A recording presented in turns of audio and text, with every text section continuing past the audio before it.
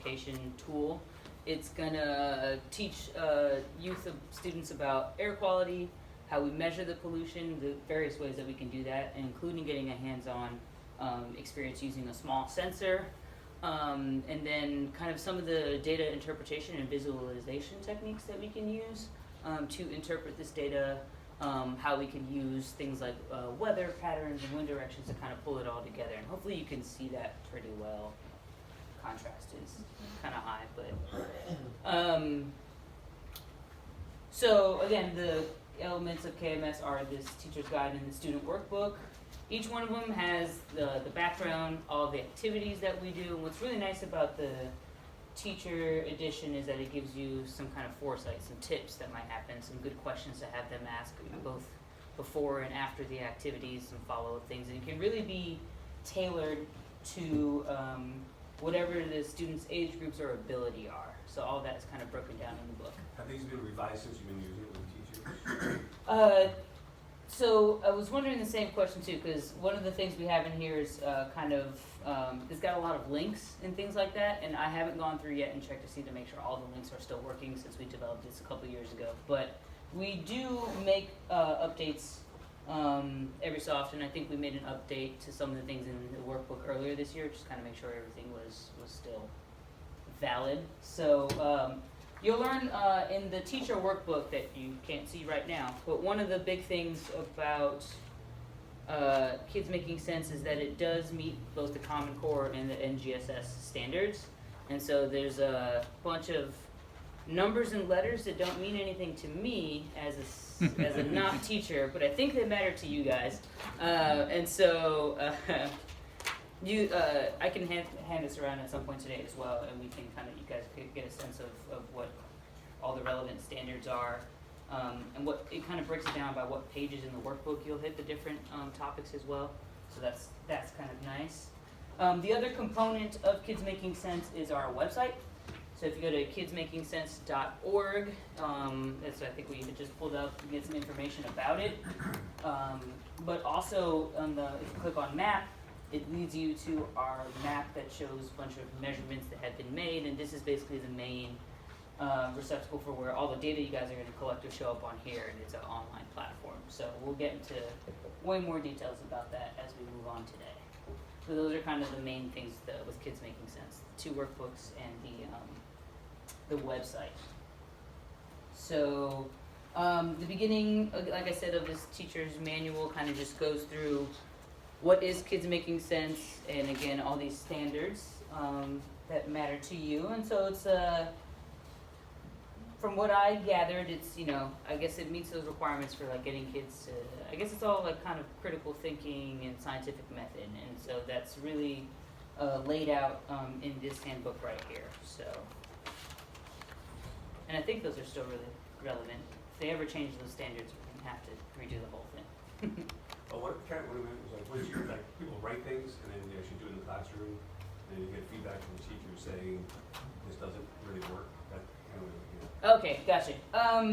Yeah. So one of the things, and so people like Leanna have done a couple of trainings before. Folks like Victor have as well. We know what works, kind of from the teacher perspective. We do get feedback from teachers as well sometimes saying, hey, this was good, or no, this wasn't good. We try to do sessions, sometimes like Google Hangout sessions, where we get some more feedback as well too. And so we're trying to put all that into, we actually want to do a big upgrade to the system and include not only our air beam sensors, but purple air sensors, which are more kind of stationary sensors that you can set up, and how to tie all that together. So we're in the process of updating with some of the feedback we've gotten back from folks. So Kids Making Sense is really kind of picking up for us recently. We're getting a lot more folks who are interested in doing kind of this hands-on things in the classroom, and we're able to get some more funding from agencies, places like California Air Resources Board, air quality management districts in the region as well.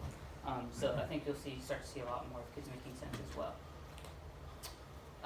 So I mentioned a little bit before that Kids Making Sense can kind of be tailored a little bit. So on the whole, it's kind of set up to be about 10, 50-minute class periods.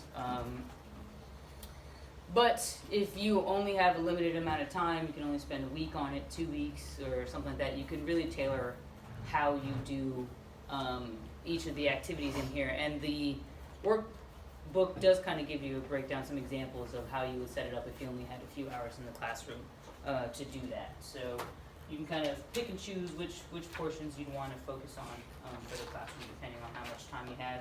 Depending on the level of your students as well. So like AP high school students are going to have, they're going to want a lot more in-depth analysis, and there's some going further sections that you'll see in the workbook that can be tailored to be, more advanced students. But you can totally do this for middle school or even elementary school level. I think Lena was telling me that Boys and Girls Club has done this before, and there were 5th graders, and they were super excited and totally picked up on how to use it and really got a lot out of the program as well. So it's really up to what you think, what kind of customizations are going to work for you. Okay, so the difference between, and you'll get both of these versions digitally as well, but the difference between the student workbook and the teacher workbook is, so all the student workbook pages are going to be green, so in that booklet you'll see everything is green. Though the pages that are exclusive to the teacher's manual are kind of more of the blue lined pages, and that's going to give you some more information on some required reading, some pre-lab questions you can kind of get them thinking about ahead of time. A big one here is what are potential sources of error? Where can things go wrong? How do we introduce error into how we're carrying out the activities? And some kind of adjustments you can make, some cautions and adjustments. Some of the materials you're going to need, which the kits have some of them. I'm not sure how all of the classroom materials worked out. Is that something that CFROG helps provide as well? Okay, perfect. There's a couple of things that I'm not even sure if you guys provide, like tubs of, for water. Oh, you do? All right, look at that. You guys at CFROG. Rock and rolling. We'll have everything for you guys. But yeah, so there's like a general kit with all the activity or information and items that you'll need to carry out these activities. And I think it'll give you a sense of kind of how much time each activity will take as well. Yeah, there's a little time required bubble here as well that kind of talks about that. So that's where you can also help, figure out how that works in your classrooms. And then there are, I think, at the end of each student workbook activity, I think there is also another section with post-lab questions and how basically you can help tie it all together with the students as well, and some more places you can find additional information. So this is a pretty useful guide. It's got really a lot of information that you would need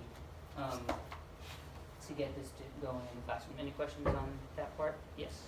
You said that this is going to be available